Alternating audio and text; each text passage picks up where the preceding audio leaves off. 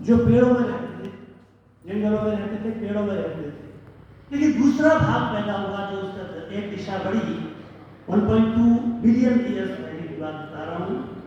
तो उस समय दो लोग, एक प्रजाति ऐसी विकसित हुई कि जिनके हाथ स्वतंत्र हो गए, यानी कि वो चौपाए न होकर के दो पैर वाले लोग थे। और जब दो पैर वाले लोग, दो पैर वाली प्रजाति उस प्रकृति में दिखाई पड़ी, तो बच्चों आप कल्पना कर सकते हैं कि जब दो पैर और चार पैर के बीच में मैं इस बात की पृष्ठभूमि तैयार कर रहा हूँ कि जब हमारे पास चार पैर होते हैं, किसी जानवर को आप देखें तो हमारी देखने की और सुनने की समझने की क्षमताएं क्षीण हो जाती, कम होती। लेकिन जब हम दो पैरों से चल रहे हैं और हमारा आगे का हिस्सा पूरा खुला है, हम सिर उठा करके पूरा देख सकते हैं। ये घटना प्राइमेट्स में हुई 1.20 बिलियन ईयर्स पहले। और जब हमने सामने देखना शुरू किया तो हमें प्रकृति दिखाई पड़ी, ब्रह्मांड की सब चीजें दिखाई पड़ी, और मनुष्य में एक इमेजिनेशन की कैपेसिटी विकसित हुई। तो इजराइल के एक राइटर हैं मिस्टर हरारी, जिन्होंने सेपियंस की किताब लिखी है, वो लिखते हैं कि आज से 72 या 75 हजार साल पहले, लाख साल पहले कि क्या घटना हुई, एक कॉग्निटिव रिवॉल्यूशन हुआ जिसको हम ज्ञान क्रांति बोलते हैं। और जब कॉग्निटिव रिवॉल्यूशन हुआ होमो सेपियंस नाम की प्रजाति में, तो आप देखेंगे कि लोगों में हमने क्या हुआ, इमेजिनेशन, हमने कल्पना करने की शक्ति पैदा हुई। और कल्पना शक्ति जब हमें पैदा हुई और विकास के क्रम में हमने सोचना शुरू किया, कल्पनाएं करना शुरू किया। ये हम ही कर पाए तो जब दो पैर वाले थे, हम सामने सब कुछ देख रहे थे, इसीलिए हमने कल्पना की।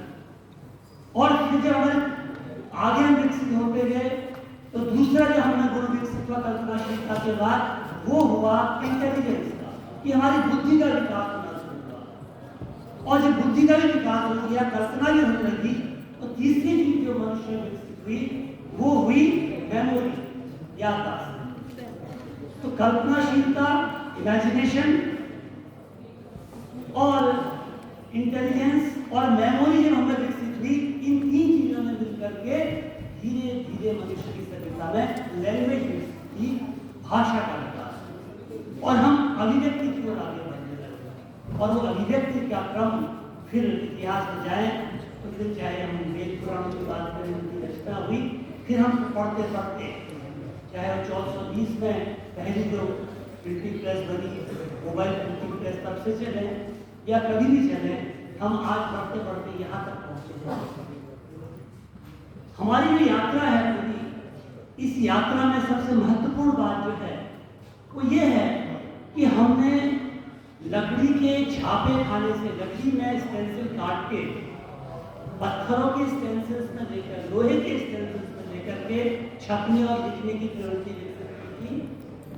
फिर प्रिंटिंग प्रेस का जमाना आया जिसको हम लोगों ने भी देखा, फिर ऑफसेट का जमाना आया, और आज आप देखते हैं कि टेक्नोलॉजी डे बाई डे इतनी एडवांस हो रही है कि हम अब जो कुछ सोच रहे हैं, जो हम कहना चाह रहे हैं, आप देखते हैं कि कहीं पर स्पीच हो रही होती है तो जो हम कहना चाह रहे होते हैं, आर्टिफिशियल इंटेलिजेंस वो पहले टाइप करके आपको देती जाती है। हम यहाँ तक पहुँच गए हैं और हम आर्टिफिशियल इंटेलिजेंस के जमाने में हैं। तो जहाँ पर हम कल्पना, इमेजिनेशन, इंटेलिजेंस और मेमोरी में हमने स्टार्ट किया था, आज वो सब चीजें कहीं न कहीं पर टेक्नोलॉजी ने देती है। तो चूंकि आज का विषय बदलते परिवेश में अध्ययन की बात और किताब पढ़ने की बात पर है, इसलिए मैं इस बात पर आ रहा हूँ कि हमने लंबी यात्रा, हजारों साल की यात्रा पूरी कर दी है, और आज हम पढ़ने की, लिखने की प्रवृत्ति से हट करके आर्टिफिशियल इंटेलिजेंस की ओर जा रहे हैं, जहाँ पर हमारी रीजनिंग खत्म होती जा रही है, हमारी सोचने की क्षमता खत्म है, लॉजिक्स खत्म होते जा रहे हैं, और जो कुछ है हमारे पास हर चीज रेडी है। और यही एक कारण है टेक्नोलॉजी का, जहाँ अच्छी बात थी वहीं इसका एक दुष्परिणाम भी रहा कि हम लोगों ने सोचना छोड़ दिया है। मुझे याद है कि हमें 2-2 2.5 मोबाइल नंबर याद रहते थे, सारे स्टाफ के सबके, आज जरा सी बात होती तो हम अपना दूसरे का नंबर ढूंढने के लिए मेमोरी हमने सोचना ही छोड़ दिया। बच्चों कल्पना करो कि आने वाला समय आपका समय है, और अगर हमने पढ़ने की प्रवृत्ति छोड़ दी, हमने याद करने की प्रवृत्ति छोड़ दी, हमने लिखने की प्रवृत्ति छोड़ दी, तो आपका जो समय है वो बहुत भयावह है। तो इसलिए हमारी जितनी भी चीजें की रचना हुई है, आज लगभग विश्व में 13 करोड़ पुस्तकें, other than text books, 13 crore जो फिक्शन है, उपन्यास सब लिखे गए, 13 करोड़ लिखे गए हैं, और उन सब के पीछे इमेजिनेशन, मेमोरी और इंटेलिजेंस काम करता है।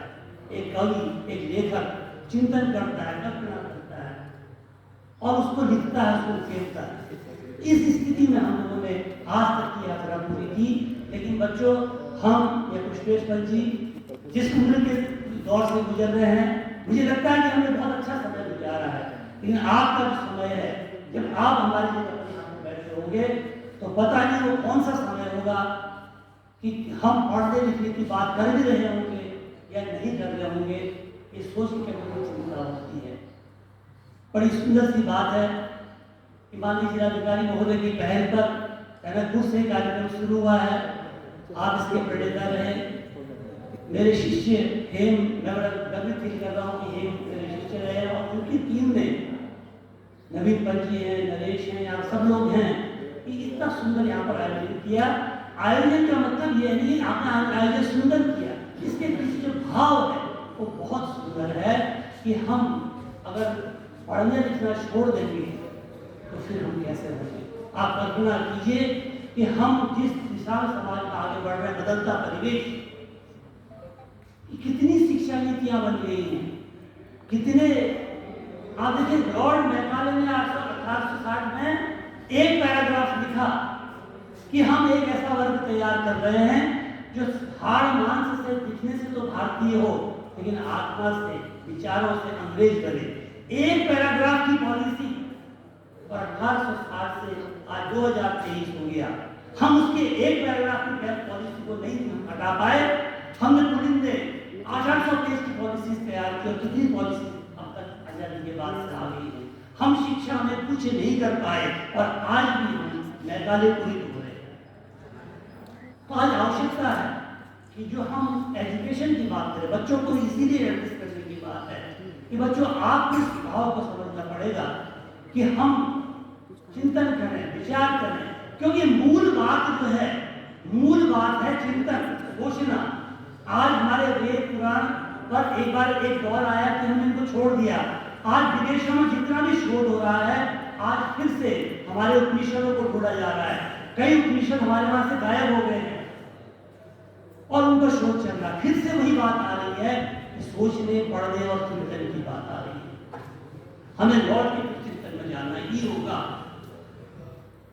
तो ये बदलता जो परिवेश है, हम टेक्नोलॉजी के इस विस्फोट में जी रहे हैं, और निश्चित रूप से ये आने वाले समय के लिए बड़ा घातक है, क्योंकि हमको लौट के फिर वेदों, उपनिषदों में जाना पड़ेगा, तो हमारा मूल था जिसका फिर से शोध शुरू हो। तो बच्चों के लिए बड़ा सुनहरा अवसर है, और सबसे अच्छा अवसर तो ये बात है कि आजादी का अमृत महोत्सव मनाया जा रहा है इस देश में।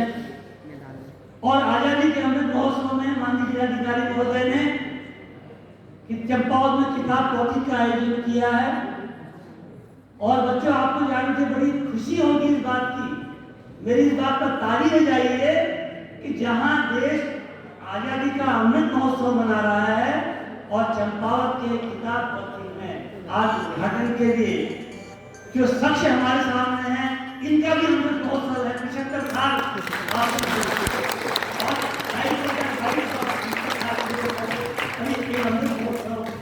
दौर से आप मिल रहे हैं। मेरा अमृत महोत्सव 2 वर्ष पहले और भी चल रहा है, उसको आप G20 के साथ जोड़ दीजिए। मेरे सामने बच्चों को इतना मौलिक भाषण देने की मेरी सामर्थ्य रखता है, तो कॉन्टी को कॉन्टी की रहने में उसका वही बात है। जो हमारे बीच आज हमारे मुख्य अतिथि हैं प्रोफेसर पुष्पेश्वर जी दिल्ली से हमारे बीच आए हैं। आप दिल्ली यूनिवर्सिटी में और जवाहरलाल नेहरू यूनिवर्सिटी में इंटरनेशनल रिलेशंस का आपका जो काम है उसके आप ऑफिस में रहे हुए हैं और आपने जो आपके हॉबी और आपके फिट रहा है कुकिंग पर जो जितना मैं आपको जान पाया उस पर आपका बहुत ज़्यादा काम है और आपकी हर चीज़ में इतनी पकड़ है कि आप दिल्ली में रह करके कि पहाड़ को कोई अगर पहचान मिलती है पुष्पेश्वर जी का नाम आपको दिखाई पड़ता है। तो आज के इस दौर पर पुष्पेश्वर जी आज हमारे बीच में मुख्य अतिथि के रूप में हैं, तो मैं आपका और के प्रापौतिक में जिला प्रशासन की ओर से यहाँ के जिला अफिसर की ओर से हार्दिक स्वागत करता हूँ और अभिनंदन करता हूँ। और आज की बात तक आपको सौंपते हुए कि चूँकि बदलते परिवेश में पढ़ने की प्रवृत्ति है जो आज की चर्चा का विषय है, इस पर आप सबसे बात केंद्र करते रहेंगे। सबसे पहले हमारे मुख्यमंत्री के उनका सभी आयोजकों मगर इसके पहले मैं बड़बड़ाना शुरू करूँ, मैं आपसे जानना चाहता हूँ हमारे पास 25-30 मिनट की अगर है तो मैं बच्चों को संबोधित करना पसंद करूँगा सीधे सीधे। मुझे बहुत खुशी है कि जब आप आए हो, मैं इसके पहले 4-5 बार आया हूँ, मैं इससे पहले 5-6 बार चंपावत आया हूँ, हर बार बहुत प्रसन्न होकर यहाँ से गया हूँ। पहाड़ी हूँ, पहाड़ की संतान हूँ, पहाड़ के प्रति मेरा मोह और आकर्षण स्वाभाविक है। मगर मुझे लगता है जब हम कौतिक की बात करते हैं तो शब्द कौतिक है जिस पर कुछ कौतिक कुतूहल उसके सब मज़ा है, आनंद है।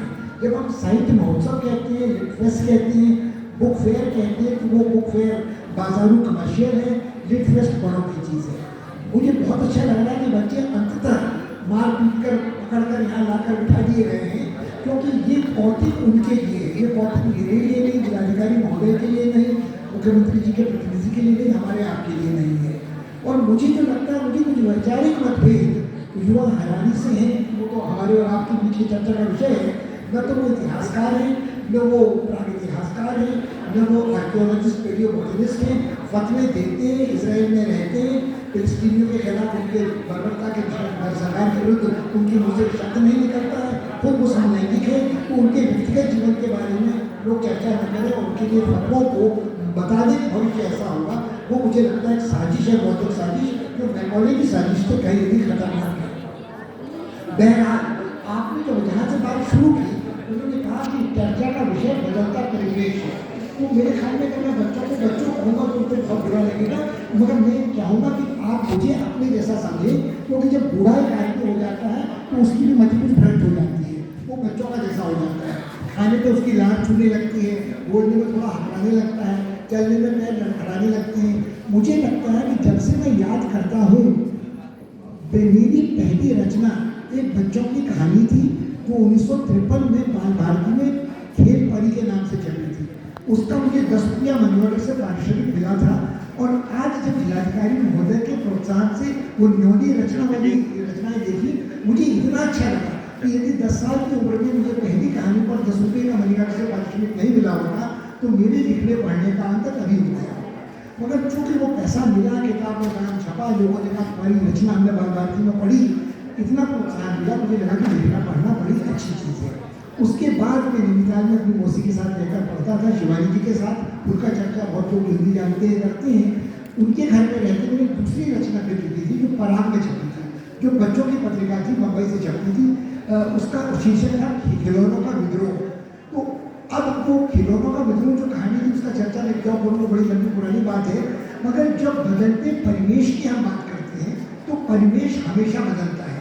आज ऐसा नहीं हो रहा कि पहली बार परिवेश बदल रहा है, आज पहली बार ऐसा नहीं हो रहा कि टेक्नोलॉजी का विस्फोट हो रहा है, आज पहली बार ऐसा नहीं हो रहा कि पुस्तक का संकट हो गया है। पुस्तकें जलाई गई हैं, गटनबर्ग में इंक्विजिशन के दौरान यूरोप में जलाई गई हैं। अभी हाल में बड़ी रोचक पुस्तक नहीं, पर बच्चों के सामने पुस्तक जलाने का चर्चा नहीं करना चाहिए। मैं आपसे कहना ही चाहता हूँ कि पढ़ना अच्छा है, किताबों से प्रेम करना अच्छा है। वो किताबें फिजिक्स की हो, केमिस्ट्री की हो, जनरल नॉलेज की हो, ये भी जरूरी नहीं है, आप कुछ भी पढ़ें। जब मैं कुछ उम्र मेरी इससे कम थी तो मैं कार्यक्रम करता था टाइम्स ऑफ इंडिया के साथ, न्यूज़पेपर एजुकेशन प्रोग्राम। उसमें हम बच्चों को अखबार नहीं पढ़ाते थे, हम कहते थे कि अखबार में अपने पसंद का कोई विज्ञापन ढूंढो। आज की बात करिए, मोबाइल उठा लीजिए, आपकी मोबाइल की मेमोरी क्या है, इसमें रोम कितनी है और रैम कितनी है, इसमें इसका चिप है, उसकी स्पीड कितनी है, उसमें L1 L2 कैश है कि नहीं है, इसमें आपकी जो स्क्रीन है उसका LCD का रिफ्रेश रेट क्या है। आप पूरा फिजिक्स का लेसन उस 8 साइड के लड़के से सुन सकती है जिसने मेरी तरह ग्राफिकल मैथमेटिक्स शून्य प्राप्त किया।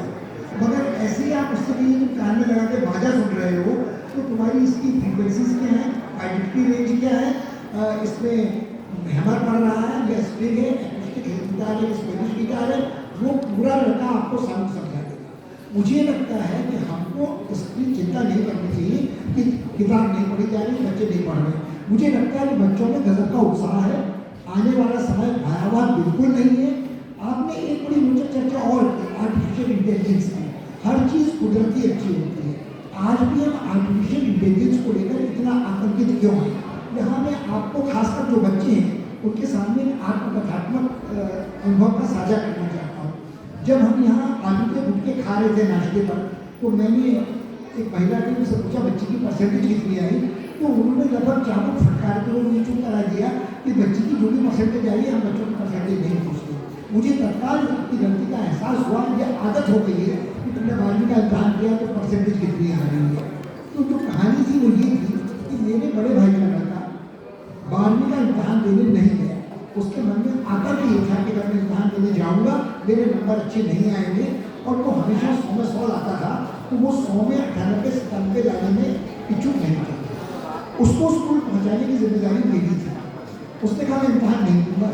मेरे मन में भी वो सारी बात थी कि बच्चे का तनाव होता है, बच्चा कट जाता है, बच्चा टूट सकता है, बच्चा आसानी से ग्रस्त हो जाता है। मैं घर में आया और घर में करा हूँ। मेरी भाभी ने कहा तुम्हारा लड़का होता तो क्या उसको भी ऐसे बिना इम्तहान देने वापस ले जाते? मेरे बड़े भाई का लड़का, कुछ लोग परिचित हैं यहाँ मुकेश पद से, उनका बड़ा लड़का राजीव था, उसने 12वीं का इम्तहान नहीं था। खैर मैंने भाभी की गालियाँ झेली, बच्चा घर में। अब कहा क्या करेगा? तो कहा A लेवल करेगा। उसके लिए इधर उधर से पैसे कमा के फॉरेन एक्सचेंज में पैसा जमा किया, A लेवल दिलाने के लिए भी ब्रिटिश काउंसिल में इम्तहान दिलाया।